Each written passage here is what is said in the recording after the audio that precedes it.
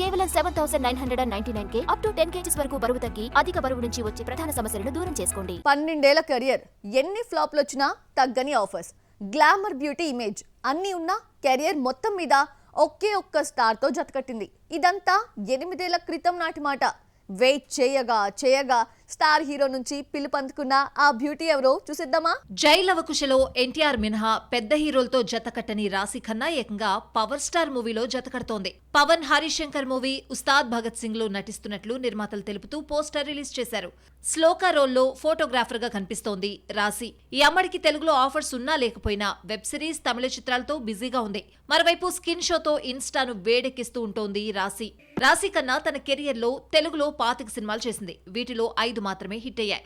ఊహలు గుసగుసలాడే, సుప్రీం, జై లవకుశ, తొలి ప్రేమ, ప్రతిరోజు పండుగే హిట్ అయినా ఈ అమ్మడికి సక్సెస్ పర్సెంటేజ్ చాలా తక్కువ. రాశి ఖన్నాపై ఫ్లాప్ హీరోయిన్ ముద్ర పడినా ఆఫర్స్ మాత్రం తగ్గలేదు. యంగ్ హీరోలకు మెయిన్ ఆప్షన్ గా మారింది.